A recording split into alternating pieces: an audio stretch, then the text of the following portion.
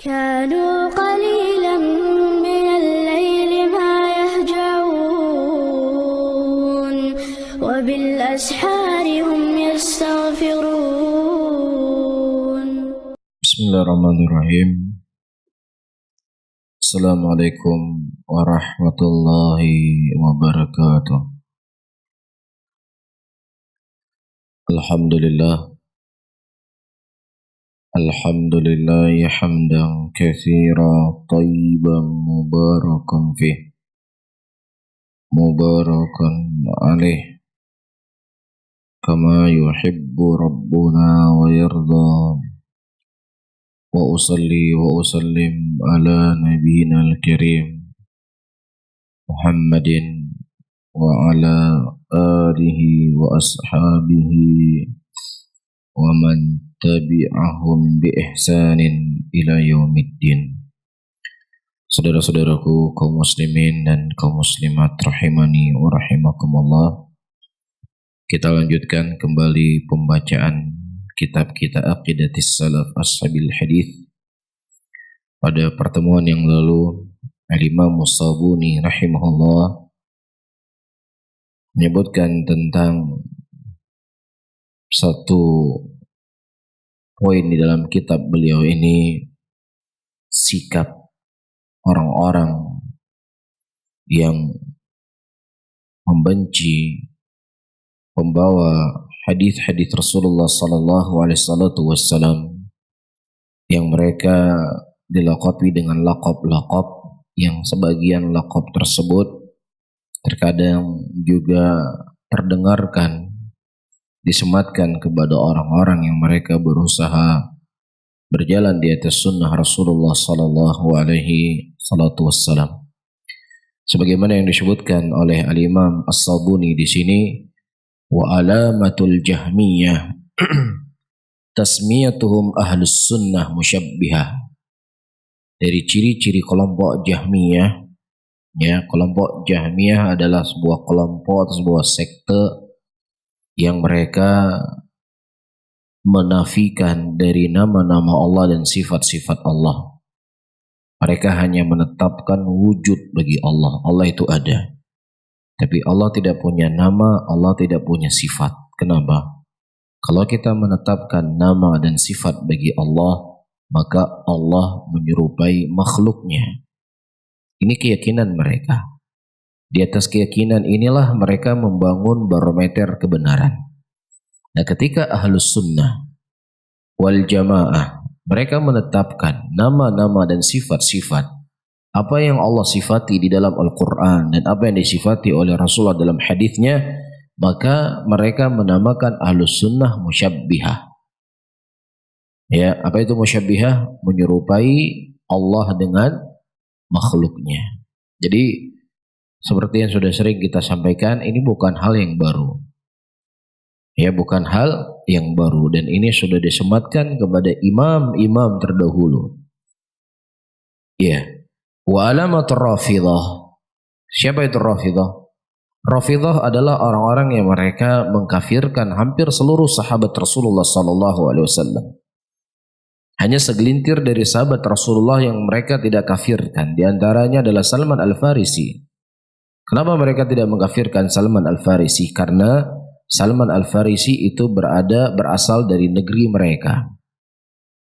Yang sebenarnya mereka bukan menegakkan agama Allah, bukan menghancurkan kebatilan, tetapi mereka hanya ta'assub, fanatik kepada kesukuannya.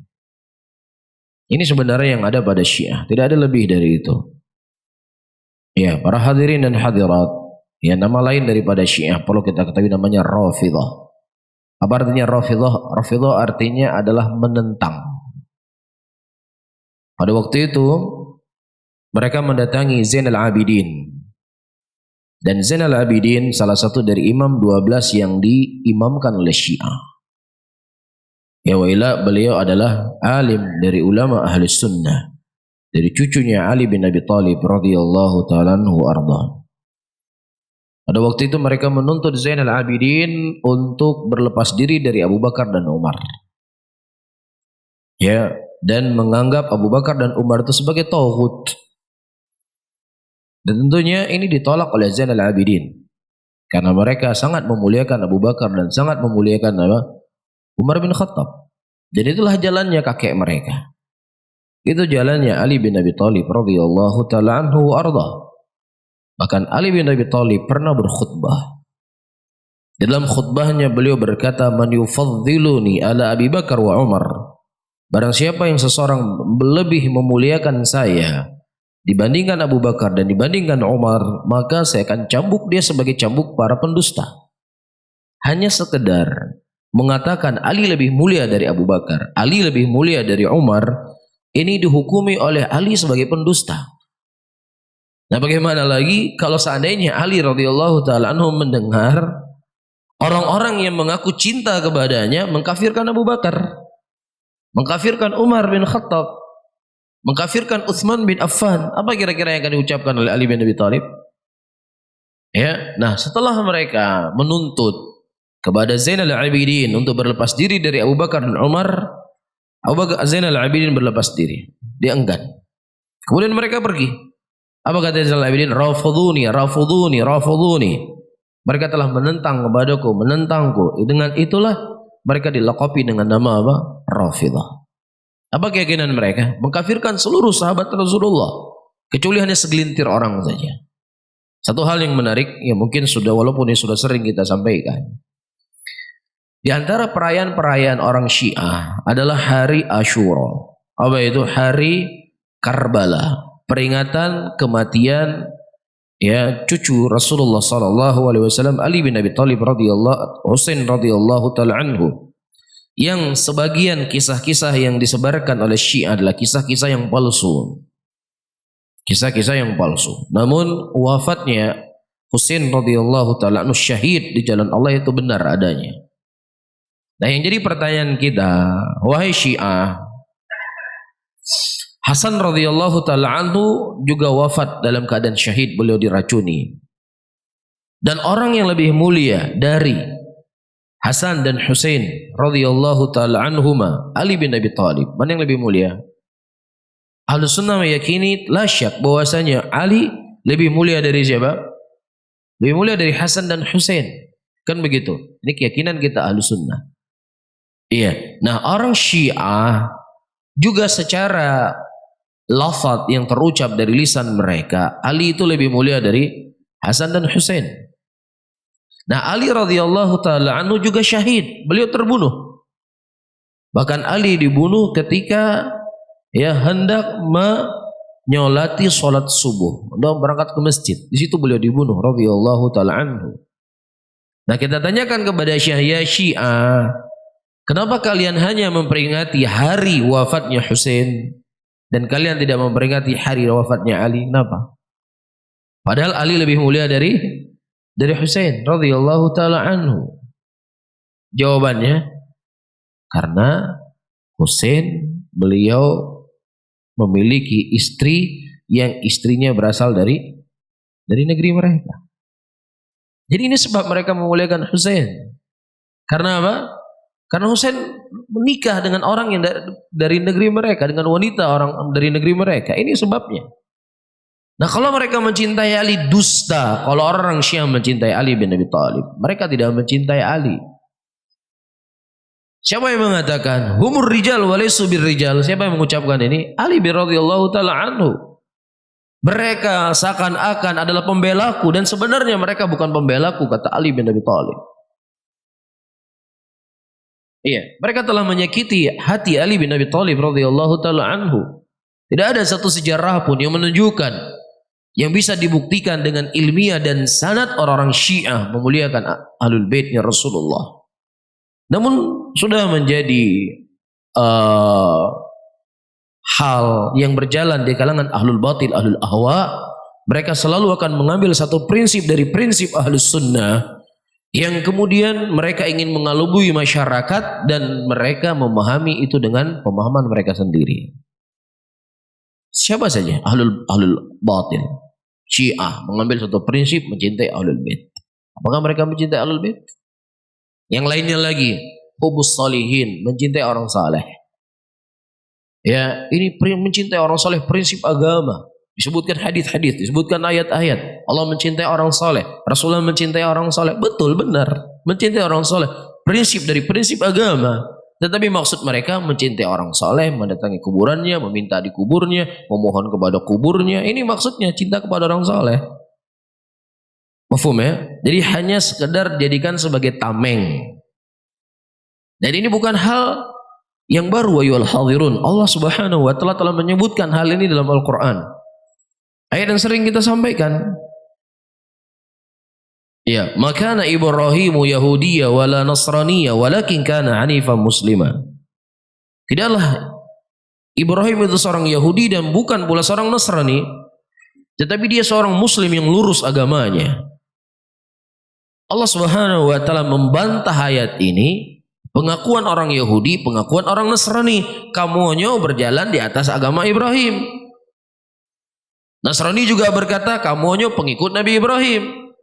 Mereka berbuat kekufuran, berbuat kesyirikan, berbuat membunuh para nabi, menghina para nabi. Ngakunya apa? Kamu pengikut Nabi Ibrahim. Yang satunya menuhankan Isa, menduduki Isa sama sebagai kedudukan Allah. Ngomongnya apa? Lu pengikut Nabi Ibrahim. Allah bantah. Makana Ibrahimu Yahudiyya wala Nasraniyya walakin kana hanifan muslimah. Jelas ya?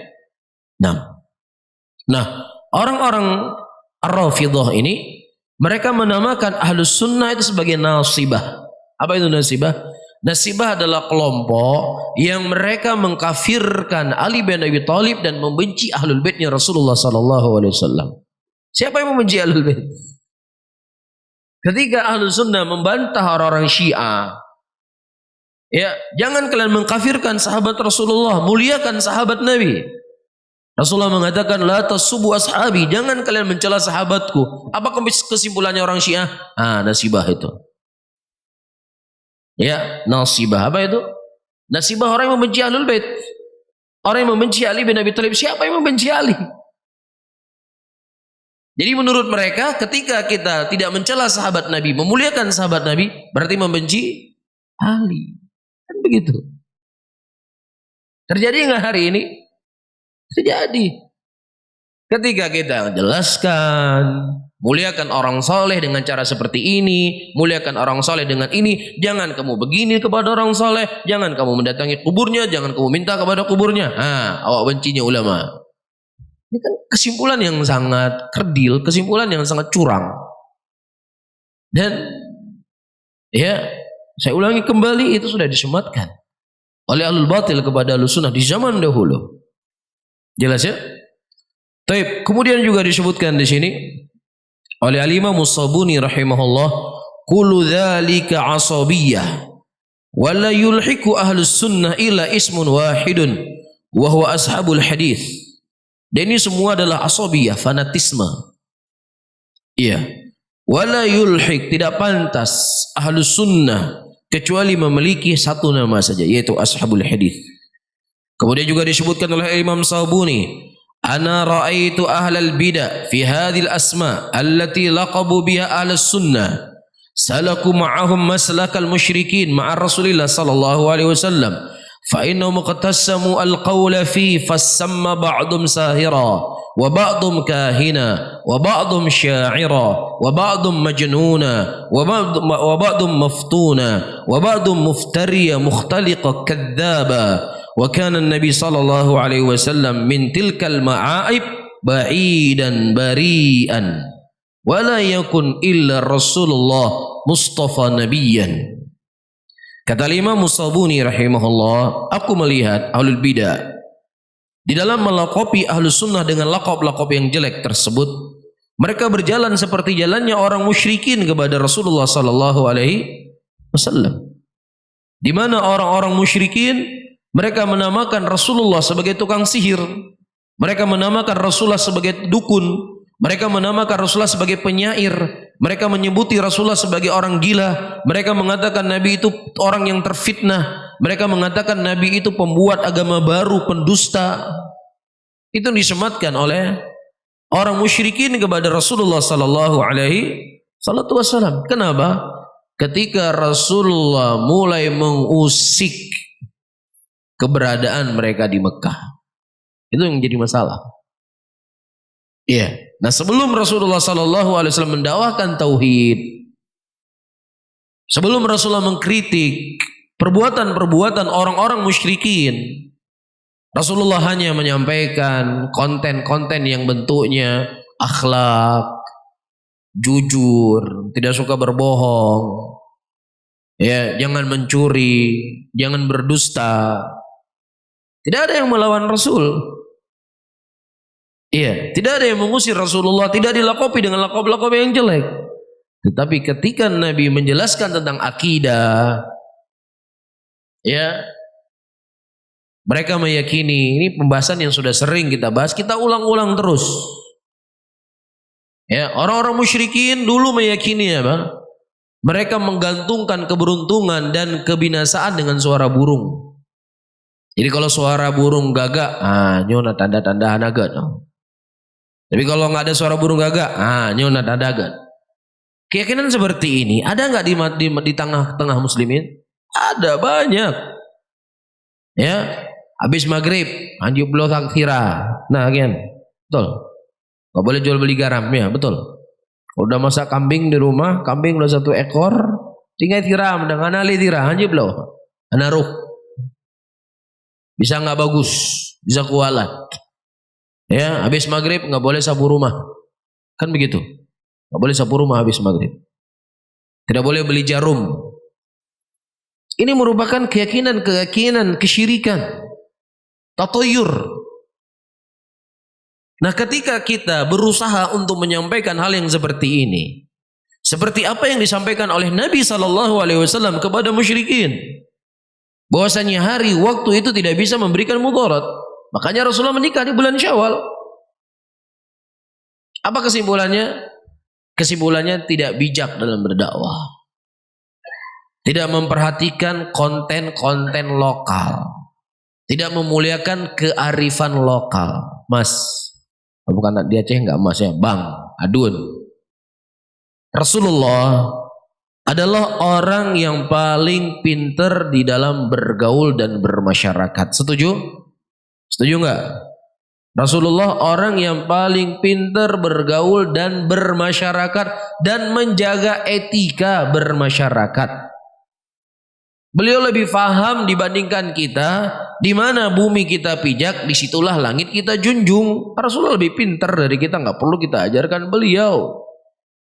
Nah, ketika beliau bermuamalah dengan orang-orang penduduk Mekah pada waktu itu, beliau bantah nggak budaya-budaya yang itu merupakan budaya yang sudah mengakar di kalangan orang-orang Arab, diingkari oleh beliau. Apa diantaranya? Orang jahiliyah dahulu pantang menikah di bulan Syawal. Nggak boleh nikah di bulan Syawal, bisa kualat.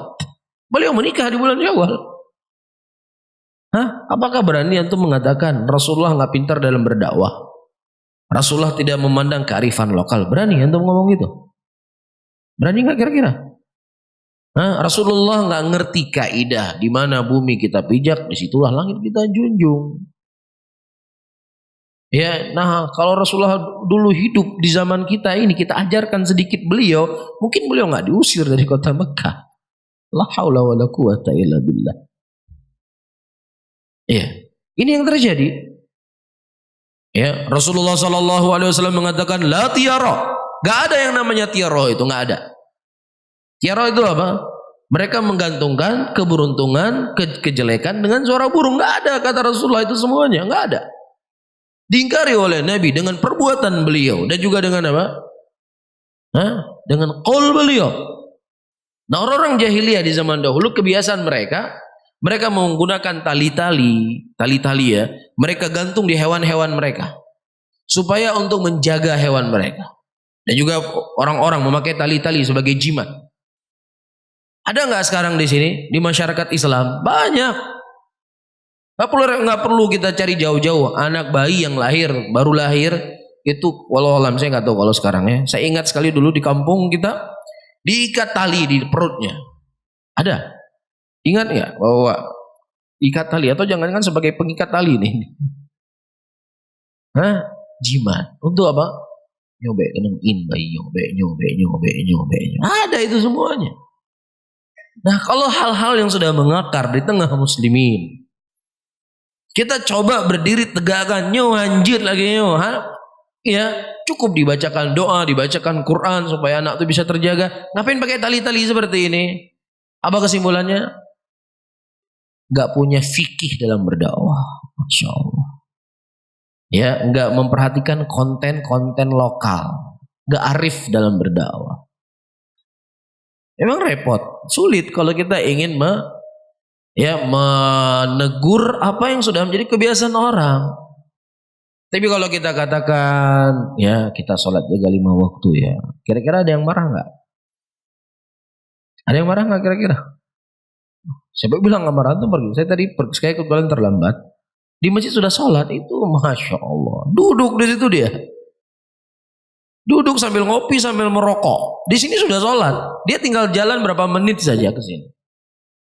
Walahaya, nggak punya rasa malu, nggak punya rasa malu kepada Allah yang menciptakan dia, memberikan rezeki kepadanya, yang memberikan keamanan untuknya. Ketika Allah memanggil, duduk di situ di warung ngopi.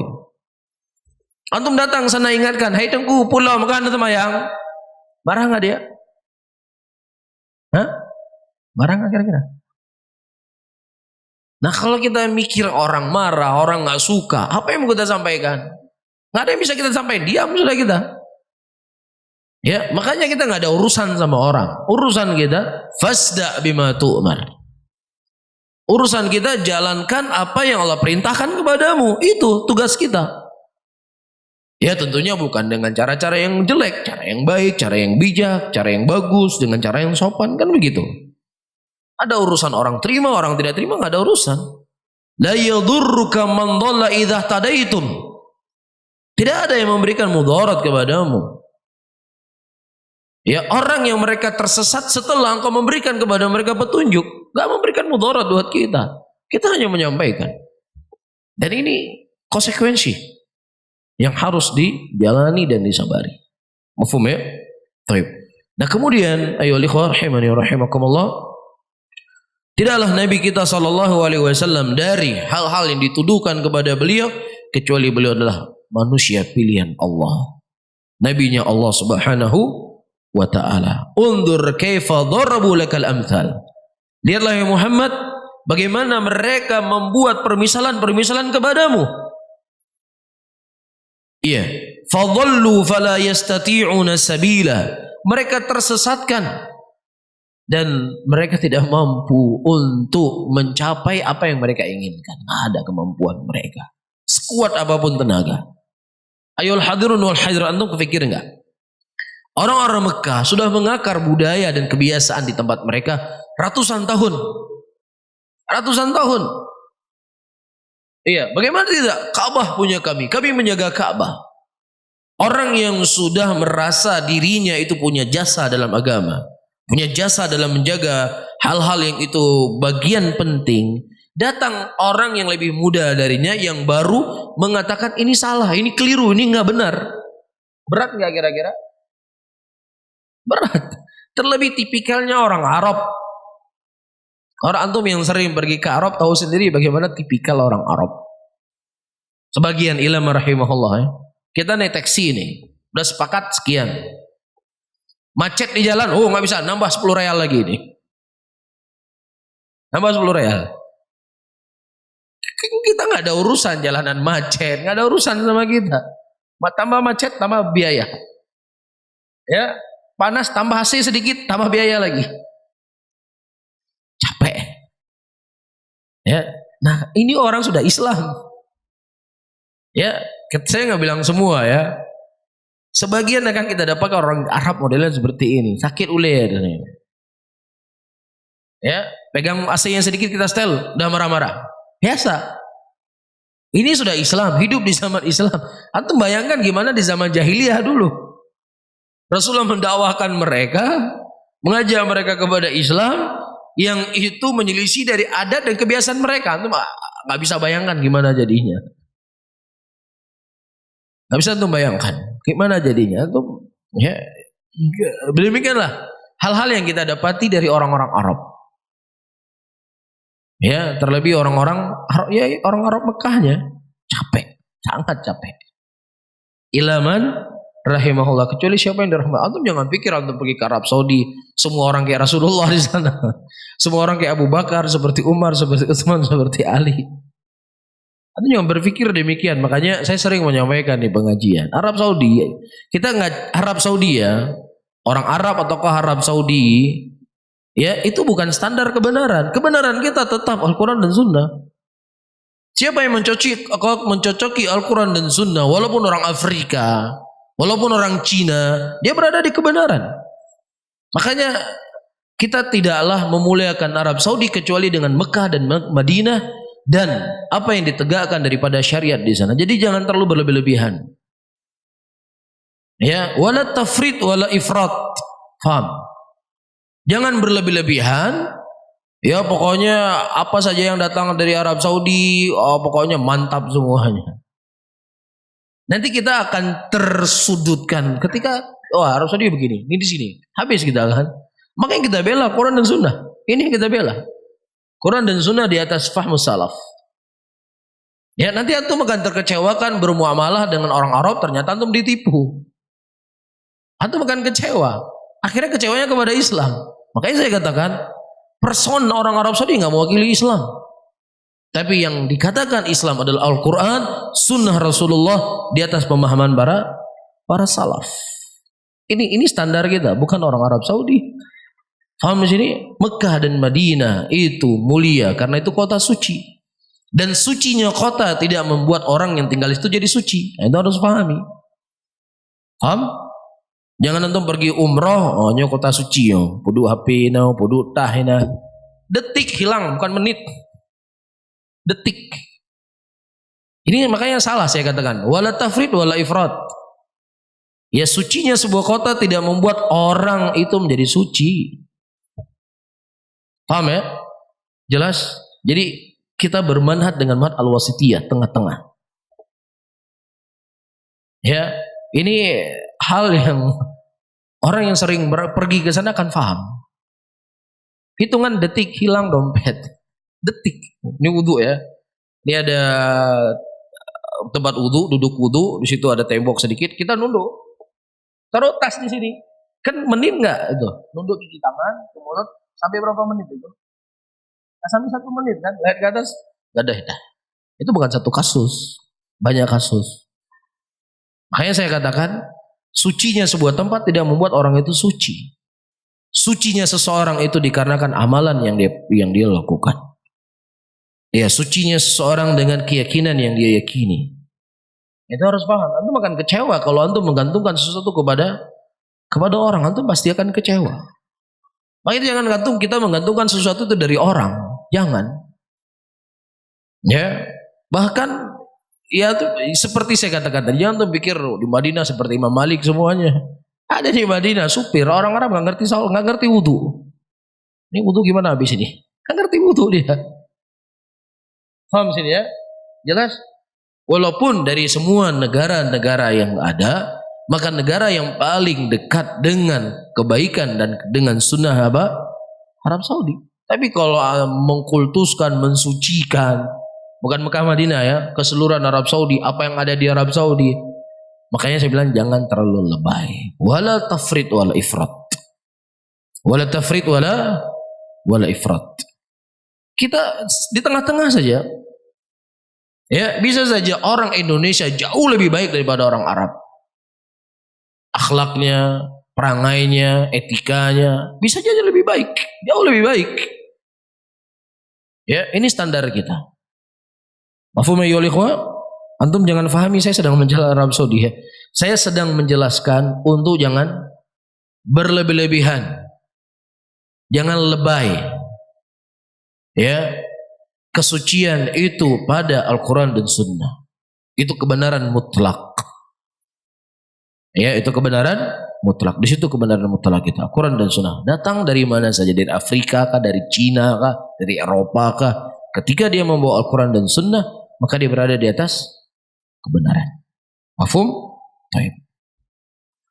Kata beliau, wa kadzalika mubtada khadzalahumullah iqtasamul qawla fi hamlati akhbarihi wa naqlati atharihi wa rawati ahadithihi al-muqtadina bi sunnatihi fasammahum ba'dhum hasyawiyah wa ba'dhum musyabbihah wa ba'dhum nabitah wa ba'dhum nasibah wa ba'dhum jabariyah. Demikianlah ahlul bidah. Ya, yang Allah Subhanahu wa taala, mudah-mudahan Allah menghinakan mereka. Mereka membagi ucapan-ucapan yang jelek kepada orang-orang yang membawa khabar-khabar dari Nabi sallallahu alaihi wasallam, kepada ahlul hadis, kepada orang-orang yang menyampaikan hadis Rasulullah, al-muqtadina bi sunnatihi, dan orang-orang yang mengikuti sunnah Rasulullah itu akan dilakopi dengan lakop-lakop yang jelek. Terjadi kapan? Bukan di tahun 1440, bukan di 2019, di tahun 200-an Hijriah. Ya, di tahun 300 Hijriah. Ini Al-Imam Musabuni lahir pada tahun 373 Hijriah, wafatnya tahun 449 Hijriah wafatnya. Antum sudah lahir? Nenek antum sudah lahir?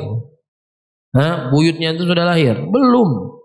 Ya, ini berarti 1000 tahun yang lalu. Ya, penulis kitab kita ini hidupnya 1000 tahun yang lalu.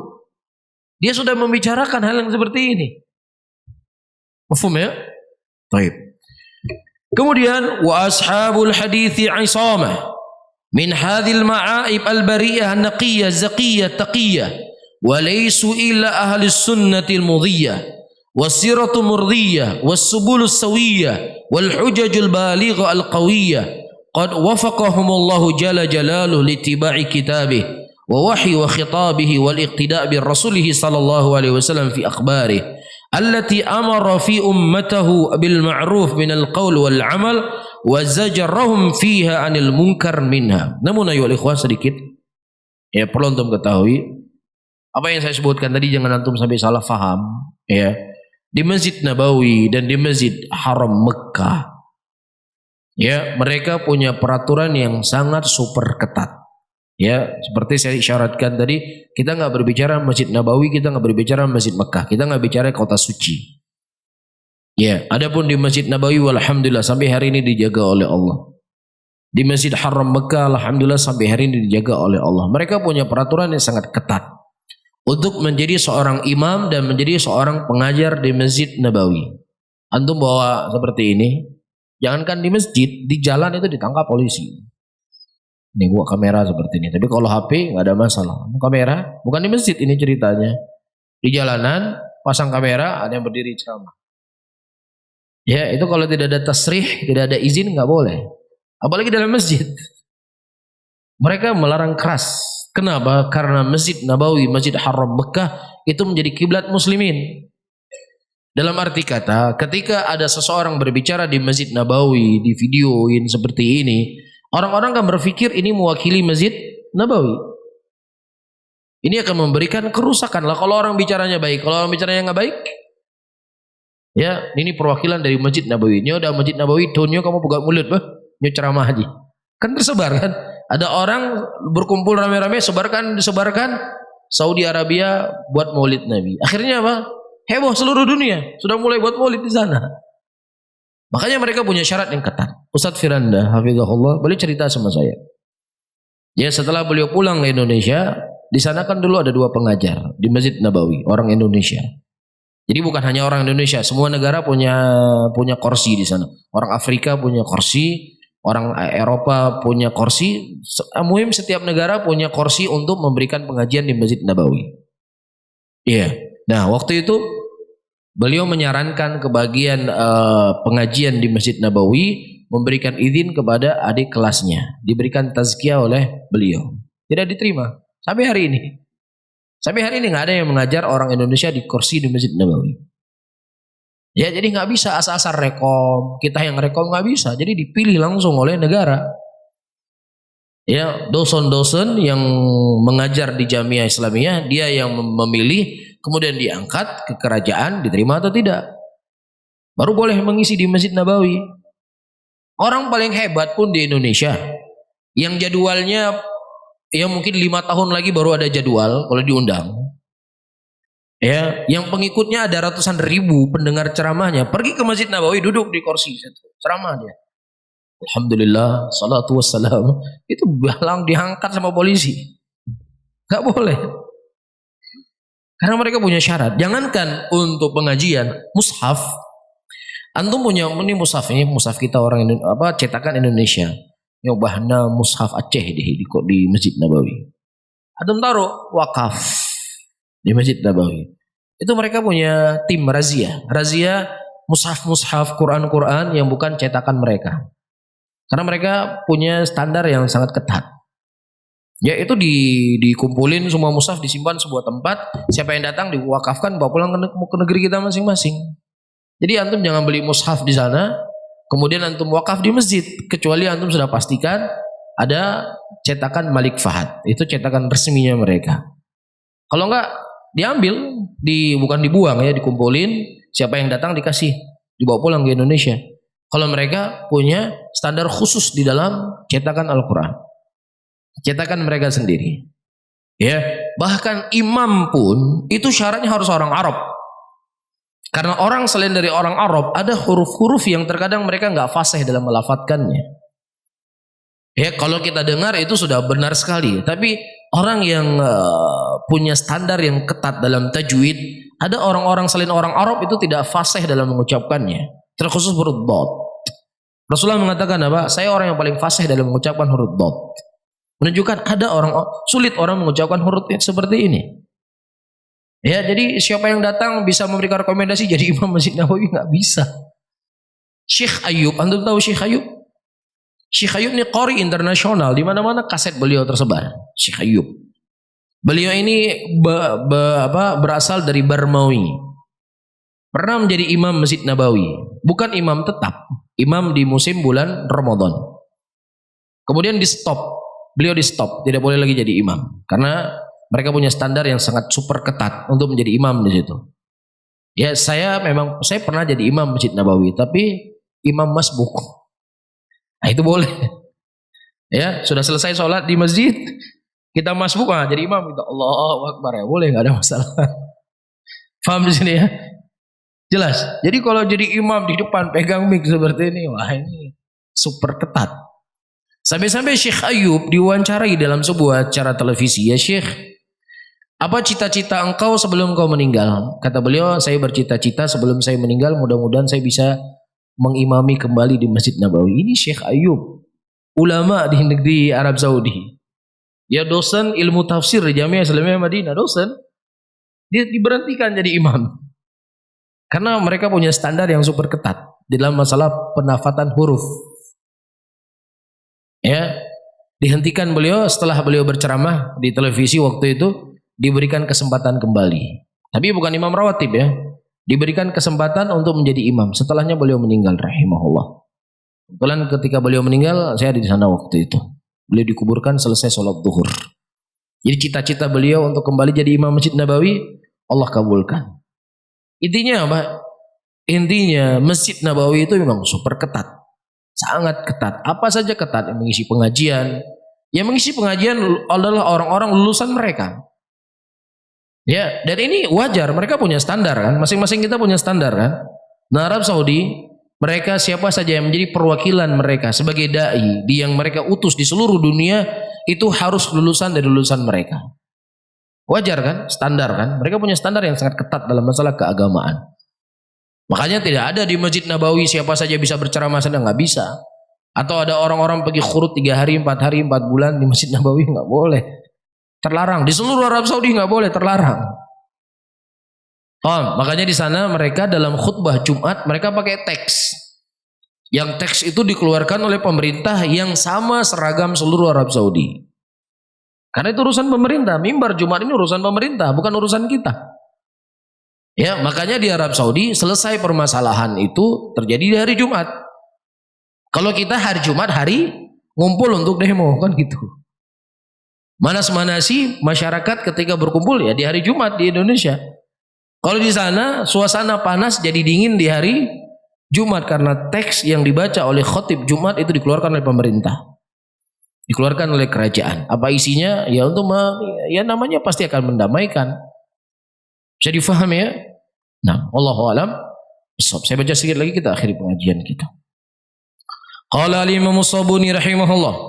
وأصحاب الحديث عصامة من هذه المعائب برية نقية زكية تقية وليسوا إلى أهل السنة مضية وسيرة المرضية والسبل السوية والحجة البالغة القوية قد وفقهم الله جل جلاله لاتباع كتابه ووحي وخطابه والاقتداء برسوله صلى الله عليه وسلم في أخباره التي أمر فيها أمته بالمعروف بالقول والعمل وزجرهم فيها عن المنكر منها وعانهم الله على تمسك بسيرته والاهتداء بملازمة سنته وشر صدورهم لمحبته ومحبة أئمة شريعته وعلماء أمته.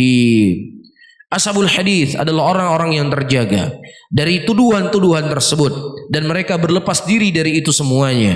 Ahlul hadis adalah orang-orang yang suci, yang bersih, dan tidaklah mereka ahlus sunnah, ya, orang-orang yang berjalan di atas jalan keridhaan, dan mereka berjalan di atas jalan yang lurus, dan mereka memiliki hujjah-hujjah dalam dakwah mereka, hujjah-hujjah yang kuat yang berdasarkan Al-Quran dan Sunnah. Allah memberikan taufik kepada mereka untuk mengikuti kitabnya, mengikuti wahyunya, dan mengikuti apa yang dikhabarkan oleh Allah dalam Al-Quran. Dan mereka diberikan taufik oleh Allah mengikuti sunnah Rasulullah sallallahu alaihi wasallam dari khabar-khabarnya. Dan mereka memerintahkan umat Rasulullah untuk berbuat perkara yang ma'ruf dari ucapan dan amalan mereka. Dan mereka mengingatkan umat Rasulullah dari perkara-perkara yang mungkar. Dan Allah membantu mereka untuk berpegang teguh di atas sunnah nabinya dan mengambil petunjuk dari Rasulnya. Dan Allah membuka hati mereka untuk mencintai Nabi mereka dan mencintai para ulama-ulama syariat dan mencintai ulama-ulama umat. Ya, ini diantara hal yang Allah Subhanahu wa taala muliakan dengannya ahlus sunnah, dan mudah-mudahan Allah memberikan taufik dan hidayah kepada kita untuk mencintai golongan ini. Ya, ketika kita mencintai golongan yang disebutkan di sini, maka mudah bagi kita untuk mengikuti jalannya mereka.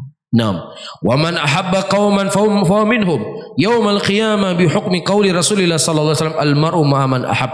Barang siapa yang seseorang mencintai suatu kaum, maka dia termasuk dari kaum tersebut. Kita mencintai ulama, mencintai orang saleh, mencintai para sahabat, mencintai para tabi'in, mencintai Rasulullah, maka insya Allah kita akan digolongkan dengan golongan tersebut. Ya, tapi kalau kita cintanya bukan kepada orang-orang yang baik, dengan mereka pula kita akan dibangkitkan kelak di yaumul qiyamah. Karena Rasulullah mengatakan seseorang itu bersama dengan orang yang dia cintai. Dan cinta itu bukan hanya dengan lisan, cinta itu dengan perbuatan. Lisan kita mencintai Rasulullah, tetapi hati kita, perbuatan kita mencintai Jahm bin Safwan. Apa pemikiran Jahm bin Safwan? Yang saya sebutkan tadi, menolak sifat-sifat Allah, cinta kepada Rasul, tapi perbuatan Jahm bin Safwan. Berfaedah atau tidak?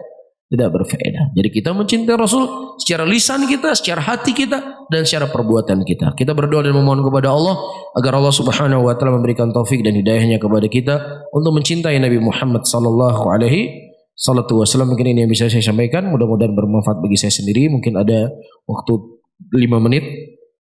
Ya, ada sesuatu yang mau disampaikan atau ditanyakan, silakan. Silakan, Pak.